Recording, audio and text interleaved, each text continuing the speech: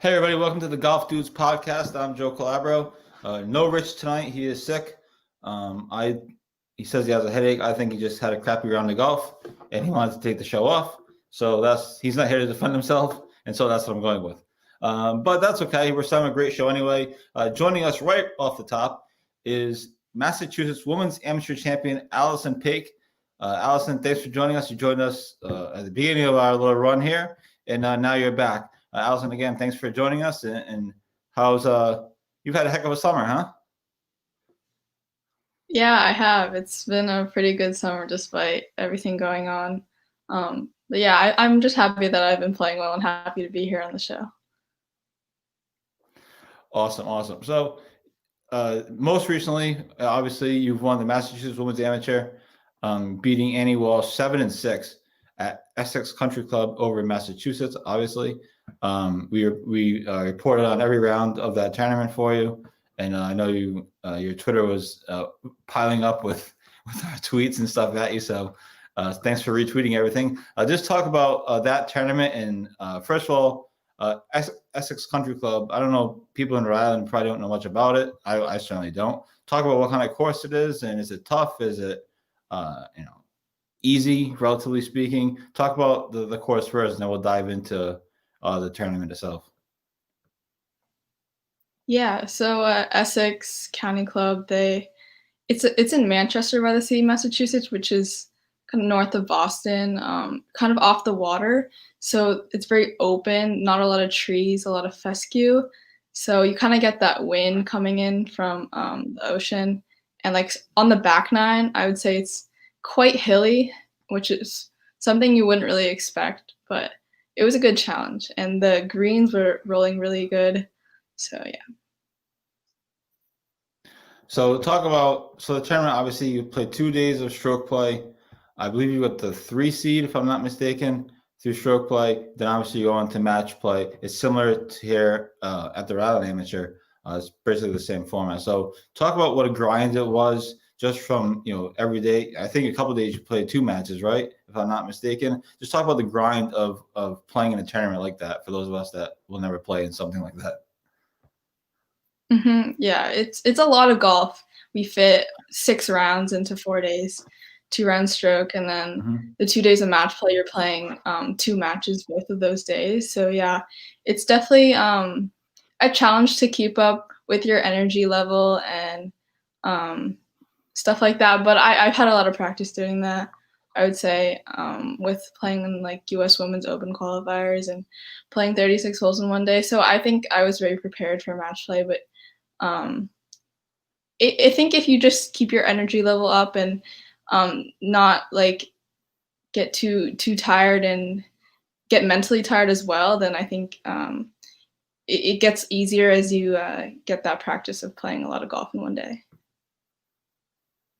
And you talked about keeping your energy level up, and that obviously you have a ton of experience doing that.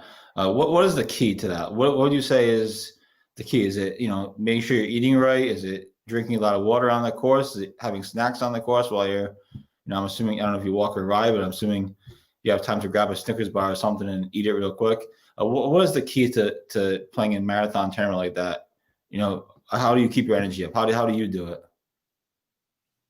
I think the key is consistency, not like eating every like 3-4 holes and not just like not eating anything until like the turn. I would say that if you don't have those fluctuations in like calorie intake or an energy level, then you should be pretty good, because those fluctuations is what causes you to get tired at some points during the round.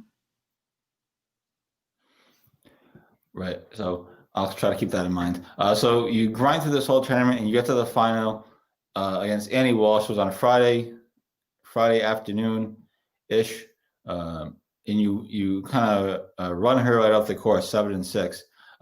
Going into that final match, and how nervous are you? What's your mindset? Do you know her game well? Did you know her game well? What was your mindset going into that final match for the whole women's amateur? So I think this was like a huge story, but she's also the incoming freshman with me to Columbia, so we're really good friends. Um, Hmm. and yeah, I've played with her a bunch growing up too, so I would say I do know her game fairly well. I played with her in a tournament earlier this summer, and so I Hmm. have that knowledge of her game, but I think I just need to focus on my own game because you don't really want to let that come into your mind, or else you get a little complacent with whatever you're doing. But yeah, going into the final match, I was definitely a little nervous at the beginning. They were like streaming it on Facebook Live. It's probably one of the bigger stages that I've played on, and I Hmm. could like the guy who from Mass Golf who was doing the Facebook Live. You could hear him like talking about your own shot. Like when I would hit it in the fairway, he would like come up to my ball, like film the like yardage marker near my ball, and then like talk about like what my shot is to the Facebook Live viewers, which was a little nerve wracking at first, but I got kind of used to it after a few holes. And I think Anne was similar in that like we were like, oh, this is kind of different than what we've done before. Right. So you're right. Mass Golf streamed it live on Facebook. Because the one thing people might not know, because it was different at the RI Amateur, in Massachusetts there were no fans allowed. Correct? There was no fans allowed at the amateur, so they made every effort to stream it. Right. So there were no fans, so that's why they did that. So I mean, hey, in that situation, they did the best they could. I'm sure it was. It sounds like it was kind of awkward, but at least they were able to broadcast the tournament to people. So you're playing with your friend going into the final.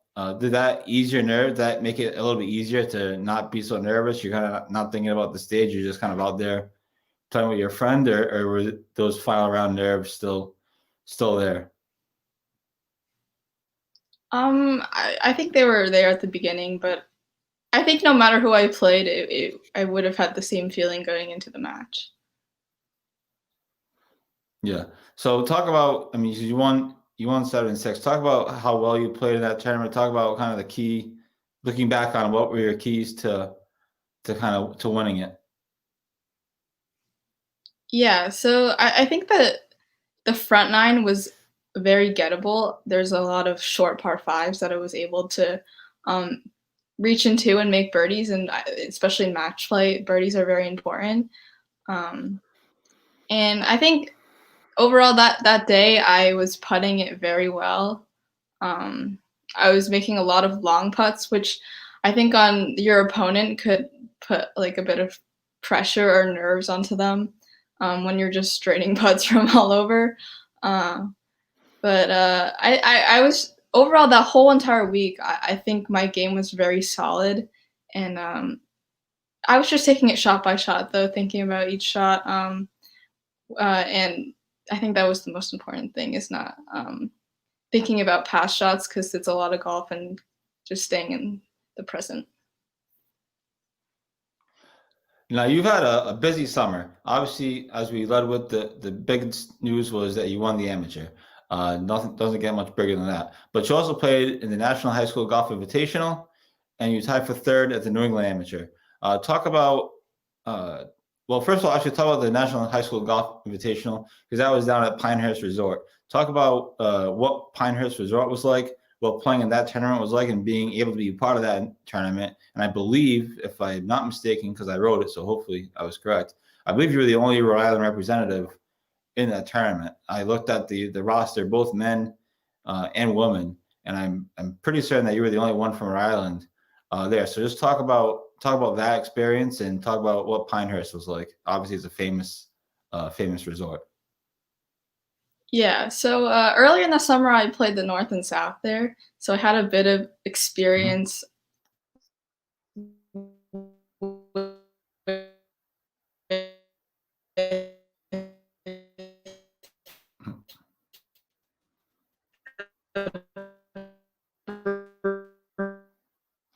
All right. I'm not sure what happened there, but it looks like we lost our hope.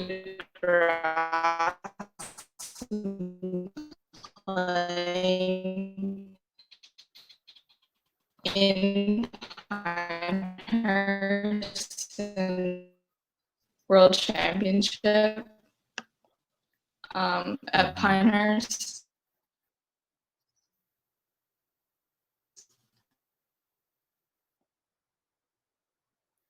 All right. Looks like we lost there. So Joel, I don't know what you want to do. You want to just dump her and I'll just carry yeah, on. that tournament was really fun.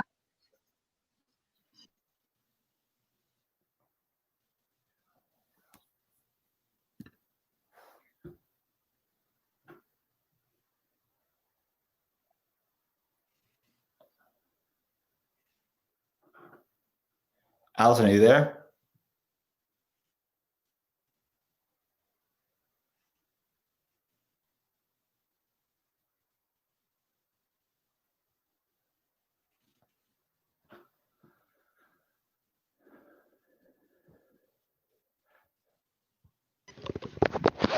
Joe, can you not hear her? Yeah, she was breaking it. Joel, she was breaking up on my end. So I guess just dump her. And Allison, then you want to just try refreshing your page?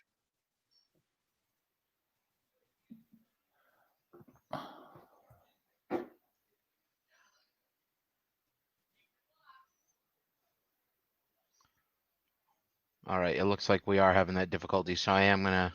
Well, she's refreshing. Great. Yeah, just see if you can hear her now. Joe? Yeah. Allison, can you try to go again? All right, I'll go ahead and we'll move on for now. You go, Joe. Yeah, just dump her. I mean, we're live on the air. It's embarrassing. Okay. So unfortunately that didn't work out too well. It was a great interview while it lasted. So we're just gonna carry on with the show because we have tons to get to.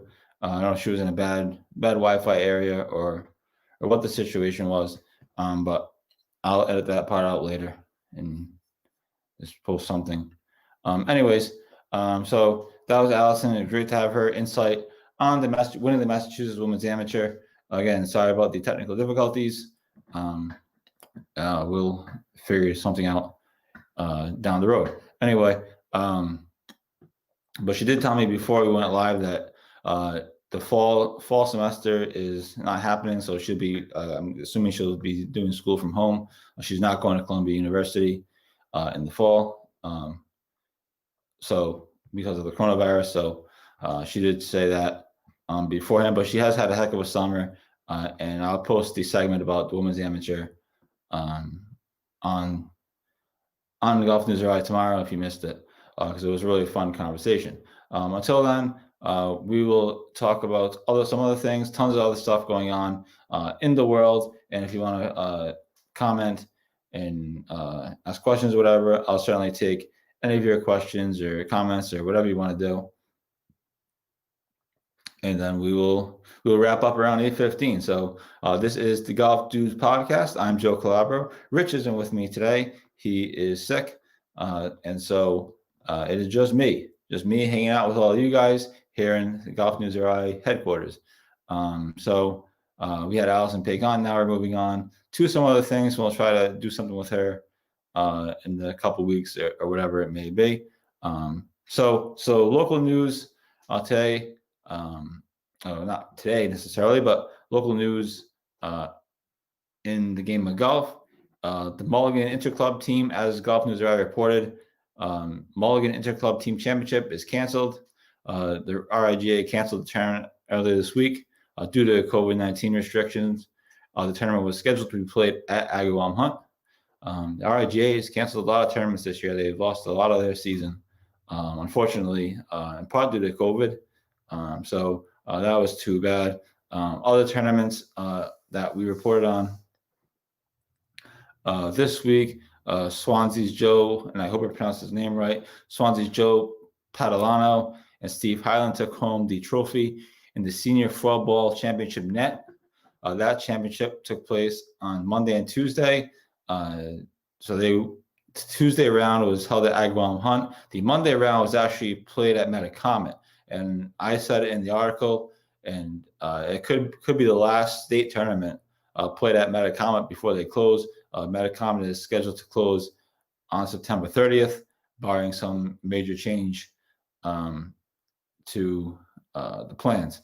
So congratulations to them. My dad and his partner Ernie Richie played in the tournament, and I had a good first day. Not a great second day, but that's all right. They had a good time anyway. So that was that. Mother, thank you for watching. Steve, thanks for watching. You're always here every show, so I appreciate it. And Derek, thanks for watching. You're always here. Actually, all three of you, you're always here every show, just about. So that is great. So that's kind of the local stuff. Obviously, that's kind of the end of the golf season here, and so things are wrapping up.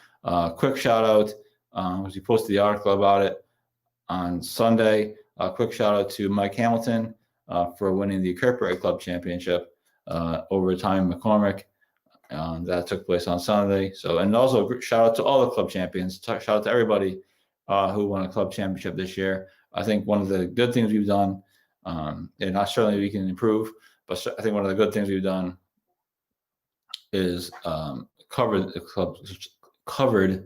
club championship and club championship season at all these courses. I think we got almost every club championship matchup, whether it was pictures or just an article on the matches. So I'm really happy with that in our first year, and we'll look to improve on that next summer. So that was exciting. So lots to get to on the PGA Tour as well as we go on here into September. It feels like these shows are going to be more and more on the PGA Tour. Obviously, we'll have some guests. We'll try to have some guests, local business owners, local clubs, whatever it may be. But certainly, PGA Tour will be a focus of the show more and more, especially with the Masters in November, U.S. Open in September, and all that thing. So PGA Tour today, the first round of the BMW Championship. I don't know if anyone was watching or if you really care. If you do care who's winning, Kyler Duncan and Hideki Matsuyama lead at 2 under par. Tiger is 3 over after closing at 3 straight bogeys, and obviously the top 30 made the cut to East Lake. There is no actual cut this week, so everybody makes the cut. No actual cut for the tournament. And also today, the PGA Tour confirmed, well, actually Golf Channel confirmed that next week's Tour Championship is going to be a Friday, Monday tournament. So there's going to be a Monday finish, kind of like they used to do when the tournament was in Boston. It was always over Labor Day weekend. And they started on Friday, ends on Monday. So that's going to be the Tour Championship. It's going to end on Labor Day. Then from there, they go to the Safeway Open, and then the U.S. Open. I believe the U.S. Open is September 13th. I'm pretty certain. So it was the PGA Tour today. But obviously, that's not the major story in sports or in the world. The major story all over the world is the Jacob Blake shooting. And obviously, everybody saw the NBA boycott. The NHL is now boycotting, and every sports league is boycotting. In fact, the games aren't expected to resume until probably the weekend. But the PGA Tour is not boycotting, and I thought they would. They didn't. They released a statement early this morning. I have the statement in front of me. You can also find it on the website. And so I will read that for you as soon as I get a drink of water. Sorry. So the PGA Tour released a statement like first thing in the morning. And when I first saw it, I thought, this is the PGA Tour statement, and that they're gonna boycott. They're gonna follow in the footsteps of the other leagues, and that obviously was not the case because they played the first round. They're gonna play the rest of the tournament.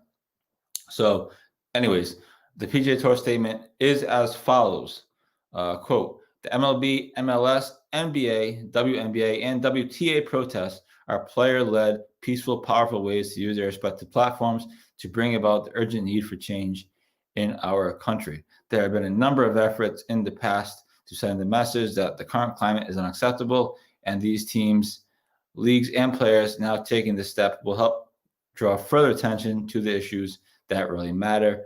The PGA Tour supports them and any of our own members standing up for issues they believe in. The statement continues. Actually, I scroll down here for a second. PGA Tour made a pledge over the summer to be part of the solution. We have been actively working to make deeper and more specific commitments to racial equality and inclusion in the communities where we play, as well as supporting national organizations within this moment that we had not previously engaged with. However, we understand that now is not the appropriate time to highlight our programs and policies, but rather to express our outrage at the injustice that remains prevalent in our country. So the PGA Tour did not protest. They are playing. Tiger Woods was asked after the round if there was any thought of boycotting the round, and he said no. And Tony Finau also said no. And I'm not sure what other players had said. I only saw their press conferences, but they both said no. So the PGA Tour is continuing on despite every other league boycotting following the shooting of Jacob Blake. So that was the news part of the day. Mario Martone checks in. Again, Derek, thanks for watching. Steve, thanks for watching. Mom, thanks for watching. Caitlin Allen, thanks for watching. And Mario Martone just checks in. He says, "Sorry, I'm late. I was trying to find some sassy." All right. So yes, that's another adventure I'm doing. Sassy Pinot Grigio. You can find it at liquor stores in Rhode Island, at some liquor stores in Rhode Island, and you can find it at Trattoria Romana in Johnston. So that's a free plug for Sassy Pinot Grigio. I'm sure most of you will hear more about that later, and I'm working to kind of get them involved with this and kind of put it all together. But anyways, yes, thank you. Thanks, Mario, if you're really looking to find Sassy. I appreciate it, and no problem on being late. We're just talking about some PGA Tour stuff here. We had Allison Paik on earlier. The interview kind of got interrupted for technical difficulties, but I'm going to edit it up and get something out of it because we got to get content out of it. So there will be something on it on the website tomorrow. So the other big news out of the PGA Tour today, which I learned from watching the Golf Channel, and the Golf Channel reported it. Matt Kuchar split with his caddy, John Wood. It's another player ending relationships with their caddy. Obviously, Tony Finau fired his caddy earlier this year, and Jason Day fired his caddy earlier this year. So the Golf Channel, according to the Golf Channel, Kuchar said it was Wood's decision to leave the bag. He said he's going to step away for a little while and kind of figure things out. Kuchar had his wife Sibby on the bag today. This is the second straight week in which Kuchar hasn't had his regular caddy. So obviously they had broken up a couple of weeks ago, and it's been a tough year for Matt Kuchar. His best finish was a tie for second, way back at the Genesis Invitational. That was before even coronavirus, if it was a thing, I think. So since then, he's only had some tie for 14th finishes, T14 finishes. So a tough year for Matt Kuchar, but he fired his caddy, and again, credit to the Golf Channel for pointing that out during the broadcast. And I put the article up, and it's done pretty well. And I cited them in the article as well. So lots of PGA Tour stuff to go, PGA Tour things going on. The other big story that we put up, well, not big story, but the other PGA Tour story we were following this week, obviously, was Phil Mickelson. Phil did not make the cut, obviously, at the Northern Trust, and so that means he's out of the playoffs. And he went and played the Champions Tour, and he won. He won his Champions Tour debut earlier this week. It was a Monday-Wednesday tournament over at Ozarks National. There's no truth to the rumor that he hung out with Marty Bird and Ruth. And if you watch the show Ozark on Netflix, you know what I'm talking about. If you don't watch the show Ozark, you're probably like, what the heck is this kid talking about? But I recommend going to watch it. They're through 3 seasons, I believe. But yes, obviously Ozark is made famous. The Ozarks are made famous from that show. And it's a real place. And Phil Mickelson went and played golf there. The course looks really nice from what I watched of it.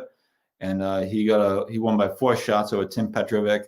The Islanders in the tournament, Brett Quigley, Brad Faxon, and Billy Andrade didn't do too well. I think Faxon actually finished last, dead last.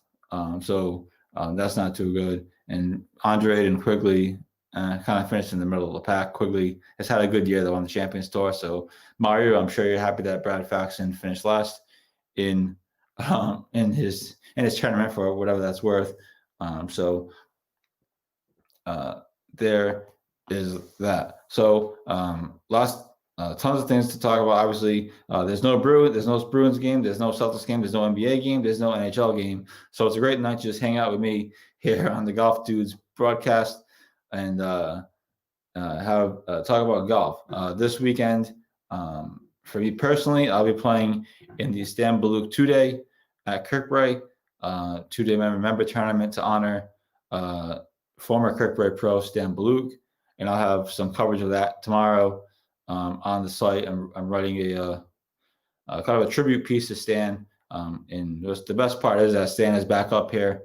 He was down in Florida for most of the summer due to the virus, but now he's back up here. He's been up here for at least a couple of weeks, and I think he's here until like mid-September. So I'll have a tribute piece on that tomorrow, and maybe some other things, and I'll have coverage of the tournament on Saturday and Sunday. Saturday is 27 holes match play, and then Sunday is medal play. So really looking forward to that. I've played in it 3 of the last 4 years, and so I'm looking forward. And last year I couldn't play because I was covering the Patriots, so I couldn't skip the home opener.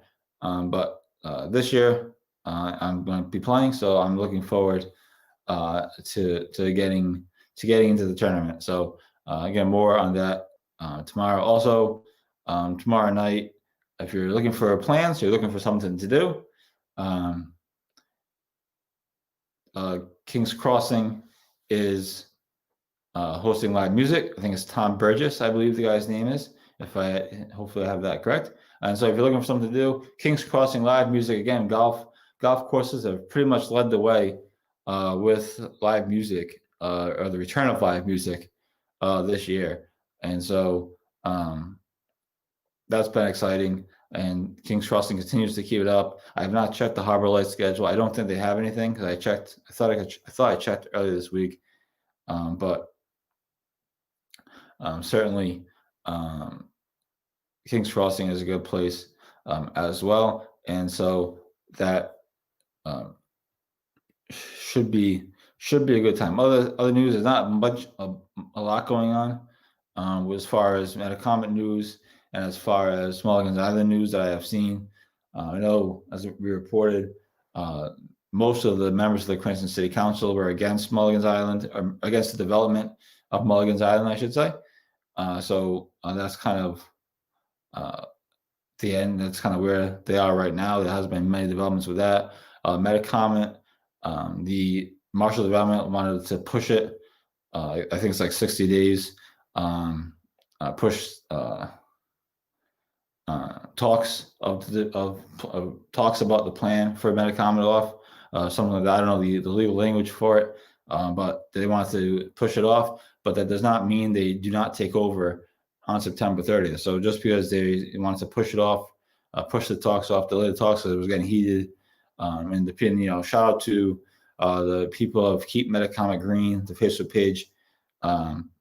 So that's just because they've done a great job of promoting their end. But yeah, so not much going on with that at the moment, and that could change obviously at any time. Derek Audette says KCC's newest club champ, Jeff Agonia, shot a smooth 2 under, 34 in Twilight League last night. Oh, good for him. Yeah, Jeff won the was it the second division, first division? I don't know, whatever it was. But yes, he's playing well. And 2 under, it's not too bad. So feel free to continue to comment here for another 10 minutes or so. Again, Rich is which is sick. So it's just me. We had Allison on earlier. It was a good interview, but I got interrupted. But I'm going to try to get some kind of content out of it anyway for tomorrow. So there is that. If you want to talk about the PGA Tour, we can do that as well. No one is going to be posting 30 under this week, that's for sure. Olympia Fields is obviously where they played the 2003 U.S. Open, and it looks like it's playing tough from what everyone said. The lead is 2 under right now. Tyler Duncan, and Hideki Matsuyama, both at 2 under. Tiger had a disgraceful round today. 3 straight bogeys to close the round. This will probably be his last tournament of the season, and obviously he'll be at the U.S. Open. But he needs it. He said he needs a top 4 finish, basically to make it to next week. So I'm not sure he's going to get that. But he's still only 5 shots back. But he usually craps his pants in the second round. So that's been the pattern over the last several weeks. So I don't have much faith in that. But I'll be rooting and watching anyways. And yeah, there's going to be a low scoring event, thankfully. I thought last week, the Northern Trust, TBC Boston, I thought that was a joke. I'm not going to lie. 30 under par is ridiculous. Those guys destroy that course, unfortunately. And there's not many ways they can really fix it unless they make the greens really, really, really fast, but then they become impossible. Then you have players complaining about that. So I wouldn't mind seeing the PGA Tour go away from the Northern Trust, or from the TBC, not from the Northern Trust, from TBC Boston. Unfortunately, I enjoy going to see it as much as anybody. Obviously, we couldn't go this year, but generally, they just kill that course. It's not even like enjoyable to watch. It's kind of silly, in my opinion. So, but I don't make the decisions. But that is my opinion on that. Other things coming up, as I mentioned, we have the Stan Blue 2-day this week at Kirkbride. I have a story going up tomorrow, kind of a tribute, editorial type of thing. So I just wrote it like an hour ago, and so I'm looking forward to getting reaction from that. Some other things going on as well. And so, yeah, that's kind of where we are at in the golf season. The season's over. It's been a great golf season. Despite the coronavirus stuff, for the most part, things have been pretty normal, relatively speaking. And so that's been really exciting. But just looking to finish strong here the last couple of weeks of summer. And that is kind of where things are at with golf season in Rhode Island. It's winding down, and more focus is going to be on the PGA Tour. And so, and that's what we'll look to do here on Golf News RI as you wrap up our first summer of being live. And so, yeah. So I'm kind of out of things to say, out of content for the most part. Obviously, like I mentioned, Kings Crossing live music tomorrow. One story we did have today: North Kingstown is done aerating their course. They aerated on Tuesday and Wednesday, and so they're done, and that's over with now. So people looking to play North Kingstown, imagine by this weekend, it should be fine. I know Rich played today. He said it was terrible because obviously they still have, even though they're done aerating, they still have, they're still not in the best shape. So it takes a couple of days. So he wasn't too happy about playing there today and not being told that the course was aerated. And I was hoping that he was going to be on. I was planning for him to be on the show tonight to talk about it, and he rants about it, but he's not, and he lost that chance. So, but I did a mini rant for him. So anyway, that was one of the stories up today. Some other cool charts from the National Golf Foundation, who I like.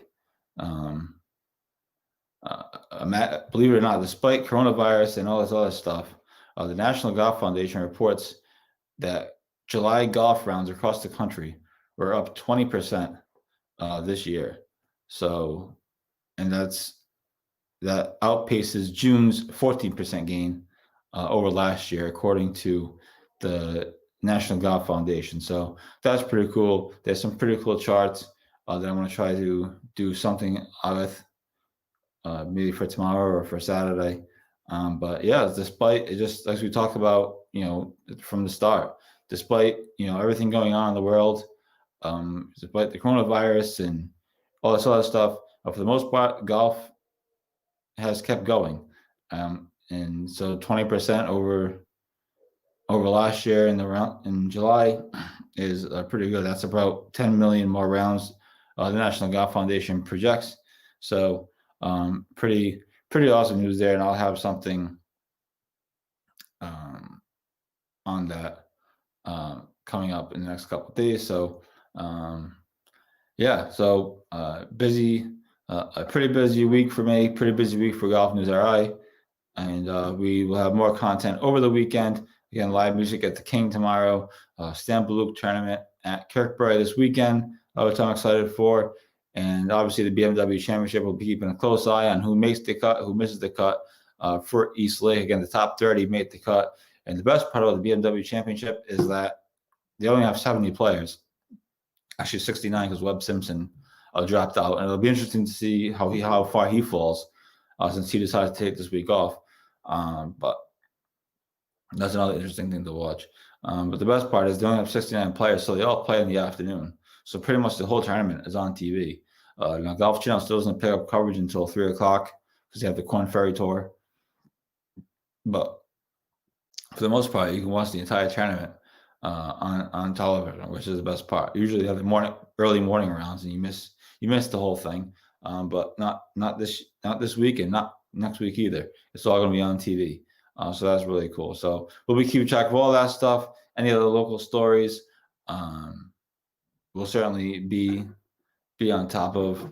And yeah, we're gonna go from there. So I hope that everybody has a great weekend. I hope that you all hit the ball straight. I know I'll see some of you in the Stan Blue tournament this weekend. So I'm sure we'll have a drink or three.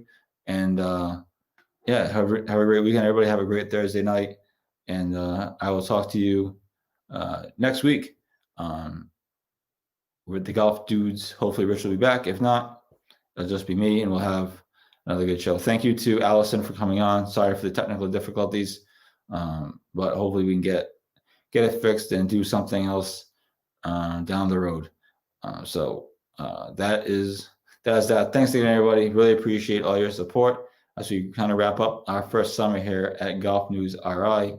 And stay tuned for more content this weekend, some cool features and some cool charts, videos, graphs, all the things, whatever I can find. So thanks, everybody. Thanks to my producer, Joel. You do a great job. And that is that. I'll see you guys later. Have a good night, everyone.